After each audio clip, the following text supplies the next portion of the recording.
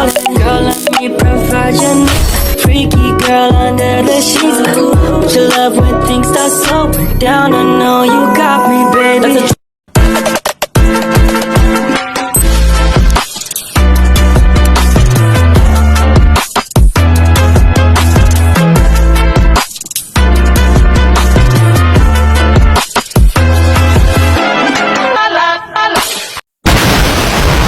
Sejarah batik Lasem, wastra pesisir, dan jalur rempah Nusantara. Kontak budaya Jawa, Arab, Tionghoa, Eropa meninggalkan jejak karya berupa batik pesisir utara yang dikenal dengan sebutan batik pesisiran.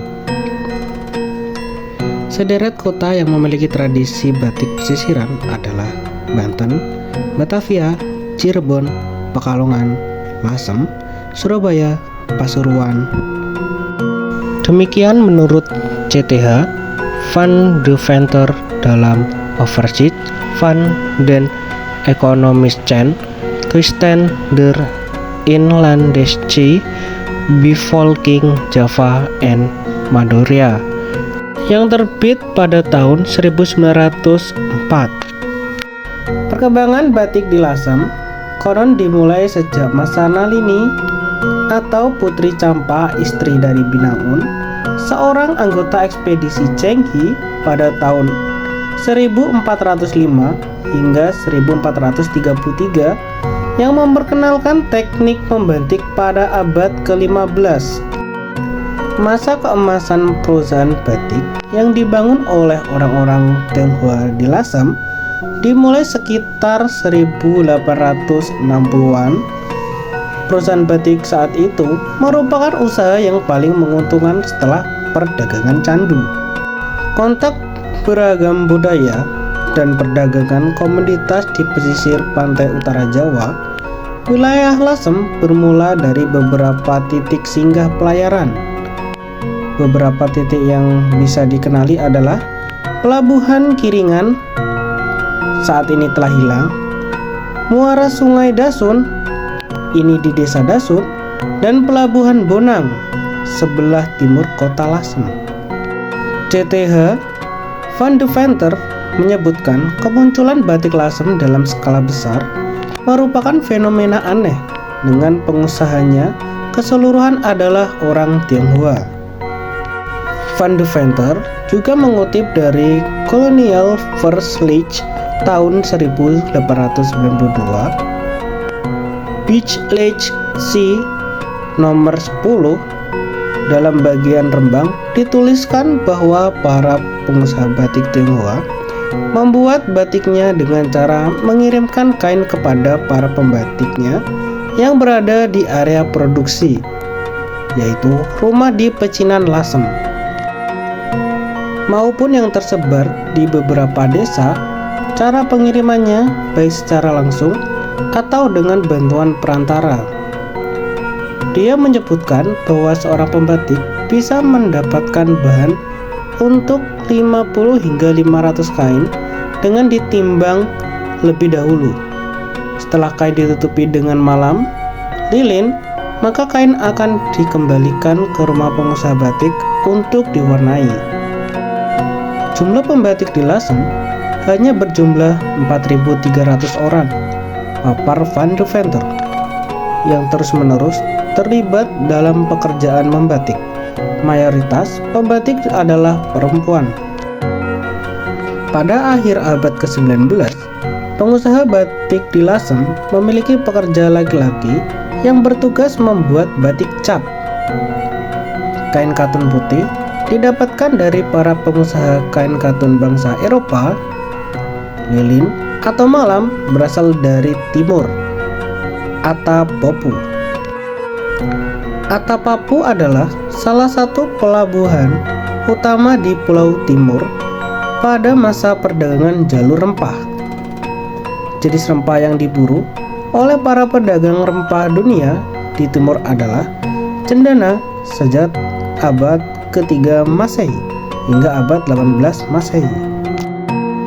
Lebih lanjut, dalam Colonial Verslag tahun 1892 yang dikutip Van Deventer, para pengusaha batik tulis lasem menghadapi ancaman dari batik imitasi, batik yang dibuat dengan cap dan diproduksi massal. Namun, para pengusaha dan pembatik di lasem konsisten mempertahankan cara dan motif tradisional batik lasem, sehingga batik imitasi tidak terlalu populer di lasem masa itu.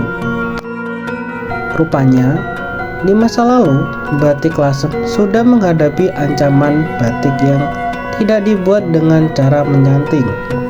Sejatinya, ancamannya mirip dengan kondisi sekarang, ketika rumah-rumah batik tulis menghadapi teknik malam dingin, sablon, bahkan kain printing motif batik. Beruntung, para seniman batik lasem masa kini masih mempertahankan keberadaan batik tulis, walaupun kemunculan kain printing motif lasem itu juga akibat permintaan konsumennya.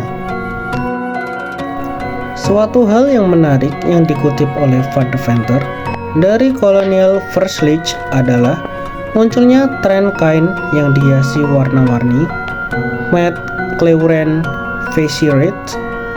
Warna yang dimaksud adalah merah dari akar mengkudu, biru nila indigo, dan soga dari kayu tageran pada tahun 1890 hingga 1891. Rupanya, warna utama batik tiga negeri mulai digunakan pada tahun 1890. Pengusaha batik yang menggunakan warna-warna tersebut terdapat di Batavia, Pekalongan, Lasem, dan Surabaya. Van Deventer juga menyebutnya sebagai kain dengan teknik yang rumit. Apalagi dengan teknik tersebut masih tergolong rumit hingga saat ini. Lebih lanjut, Van Deventer menuliskan bahwa pewarnaan kimia yang disebut anilin berupa pewarnaan kain berbentuk serbuk baru digunakan di Jawa Tengah untuk mewarnai batik pada tahun 1904. Dia menyebutkan pula bahwa penggunaan pewarnaan alinin merupakan ancaman bagi batik berkualitas prima dengan pewarnaan alami.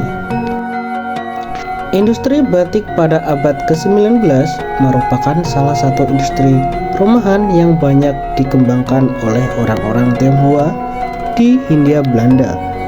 Menurut Kong Yuanxi, semua orang Indonesia menggunakan kain tenun setempat sebagian bahan batik tulis. Namun, lama-kelamaan para pengusaha batik Tionghoa menggunakan kain impor, sehingga kualitas kain batik semakin lama semakin halus. Demikian ungkapan Yuanxi dalam buku Silang Budaya Tiongkok Indonesia yang terbit pada tahun 2005. Pada kurun masa tersebut mulai muncul penggunaan blok tembaga sebagai alat cap pada batik. Demikian kutipan dari Kengpo 22 November 1934.